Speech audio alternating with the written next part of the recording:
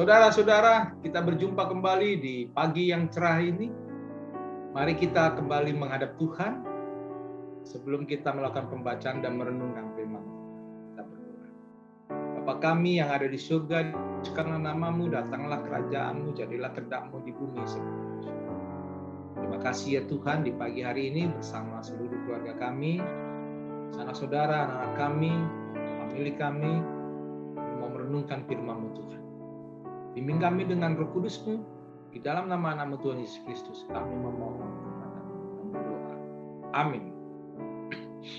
Saudara-saudara, renungan kita di akhir pekan 19 Februari 2022 bertajuk Berjalan dalam Pimpinan Tuhan. Teks bacaan diambil dari kitab Nabi Yesaya 48 ayat 21, terjemahan baru Lembaga Alkitab Indonesia. Demikian, mereka tidak menderita haus, tetapi Ia memimpin mereka melalui tempat-tempat yang tandus. Ia mengeluarkan air dari gunung batu bagi mereka. Ia membelah gunung batu, maka memancarlah air. Saudara-saudara, nas bacaan kita hari ini berkenaan dengan janji Allah yang menubuatkan pemulihan umat Allah, yaitu bangsa Yehuda yang tegar tengkuk ketika Allah menghukum Babel. Sekiranya umat itu mau mengikuti perintah dan pimpinan Tuhan, maka mereka tidak akan menderita haus keluar dari Babel melalui tempat yang tandus. Karena Tuhan akan membelah gunung batu dan mengeluarkan air yang memancarkan bagi mereka dalam perjalanan kembali menuju negerinya. Padahal sejarah leluhur mereka membuktikan bahwa Allah menuntun mereka keluar dari perbudakan di Mesir, berjalan melewati padang gurun yang tandus menuju tanah perjanjian Kanaan. Tuhan berjalan di depan mereka, menuntun siang dan malam, melewati tiang awan, dan pada waktu malam menerangi dalam tiang api. Bahwa konteks saat itu berarti bahwa bagi umat Kristiani pada masa kini adalah di seputar apakah tujuan akhir perjalanan hidup kita di muka bumi ini, dan kebahagiaannya bagaimanakah yang mau kita rindukan, impikan.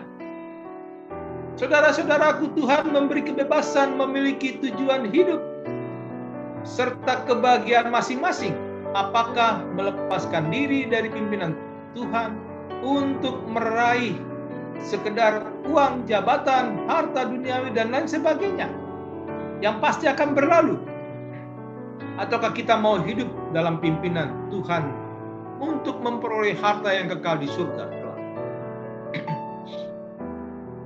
Yang pasti bahwa tujuan dan kebahagiaan kekal tersebut memerlukan kepekaan iman akan suara pimpinan Tuhan, terus bergantung kepada perintahnya, menjadi sekaligus membuahkan dalam kehidupan.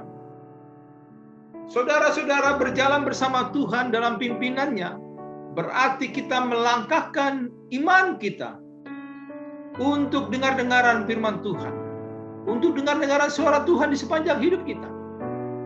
Hari lepas hari kita berjalan di belakang untuk mengikuti Tuhan.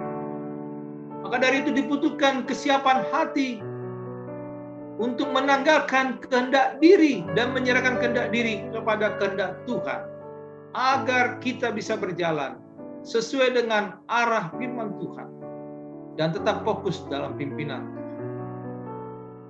Saudara-saudaraku, perlu disadari bagi kita bahwa berjalan sesuai kehendak Tuhan adalah berarti kita hidup yang benar, fokus pada pimpinan Tuhan, dan tanpa Tuhan kita tidak dapat berbuat apa-apa. Kita memerlukan Tuhan ikut campur tangan dalam kehidupan kita untuk kita berkarya dalam semua aspek kehidupan. Jika kita memilih mengikuti kehendak Tuhan, kita dituntut memiliki sikap dan perilaku hidup sebagai orang percaya dalam Kristus Yesus. Yang antara lain, pertama, mempercayai hidup sepenuhnya kepada Tuhan. Dalam artian dengan segenap hati dan segenap jiwa, serta kekuatan, kita tidak bersandar pada pengertian diri kita sendiri, tapi mengakui Tuhan dalam setiap laku, agar Dia, Tuhan, meluruskan jalan kita. Kedua, siap mengesampingkan kepentingan diri sendiri. Dalam artian mau menyangkal diri serta menanggung salib setiap saat ketika kita mengikuti Yesus. Siap menolak dan berperang melawan semua hal-hal duniawi yang bertentangan dengan firman Tuhan. Terutama godaan berbuat dosa yang merusak hubungan kita dengan Tuhan. Tiga, siap menerima penolakan dunia karena kita mengikuti Yesus. Dengan terus bertahan survive sampai ajal menjemput kita. Tuhan akan menuntun dan memimpin serta menjaga orang yang setia kepada jalan yang harus ditempuhnya dan melindungi orang yang dikenannya. Bagi orang yang taat dan setia akan menerima upahnya berlipat ganda di dunia ini, baik dalam suka maupun dalam duka. Dan pada akhir zaman, menerima hidup yang kekal. Keempat, mengasah kepekaan iman akan bisikan dan petunjuk Roh Kudus yang menuntun kita ke jalan yang dikehendaki Allah. Sehingga mata hati iman kita mampu membedakan mana suara Tuhan atau suara jebakan iblis. 5. Senantiasa berdoa dan menaikkan pujian serta bersyukur dengan penuh kasih dan pengharapan dalam suka dan duka kita. Saudara-saudaraku sekalian, karena itu perlu kita mengimani bahwa Allah selalu ada dan maha adil bagi orang yang berseru bergantung kepadanya. Bahwa Tuhanlah yang memegang kendali hidup kita. Dan Dia mau kita hidup bersama Tuhan. Namun demikian, sekalipun kita berjalan bersama Tuhan tidak berarti kita selalu mulus, bebas dari pergumulan hidup. Karena semuanya itu bisa dipakai Tuhan. Baik pergumulan hidup kita untuk mendidik, mengajar, dan menggembleng kita sebagai orang yang dikasihi Tuhan. Bahkan dihajar dengan tongkat dan gadanya menuju kematangan iman dalam ketaatan, ketekunan, dan kesetiaan kepada Yesus Kristus. Lihatlah contoh orang-orang yang dipimpin oleh Tuhan, yang berjalan dengan Tuhan, seperti Daniel, Elia, Paulus, dan lain sebagainya. Mereka melangkah dalam iman dan kesatuan dengan Tuhan sepanjang hidupnya. Selalu berfokus pada Tuhan dan mengikuti pimpinan.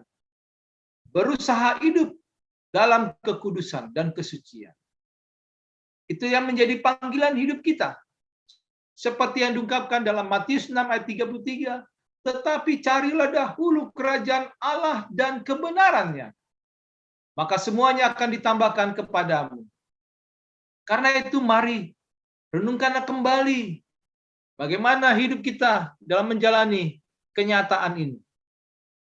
Dan tetap kita selalu berpegang kepada firman Tuhan agar perjalanan hidup kita, baik di waktu lampau, bisa kita lewati pada saat sekarang.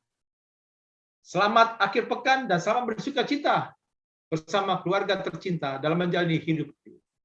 Tuhan Yesus memberkati kita sekalian. Mari kita berdoa. Di akhir pekan ini Tuhan, kami mau bersyukur kepadamu. Biarlah kami menuntaskan perjalanan akhir pekan kami ini, pagi hari ini Tuhan, sampai hingga malam nanti. Nama-Mu yang kami permuliakan. Dalam nama Yesus, kami telah berdoa dan bersyukur kepada-Mu. Amin.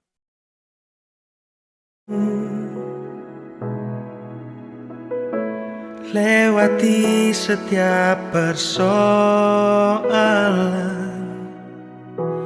Tuhan Yesus selalu menopang-Mu.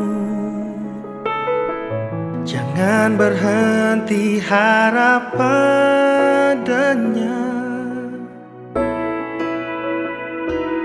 Tuhan pasti sanggup.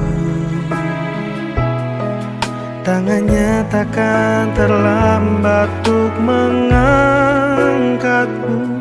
Tuhan masih sanggup.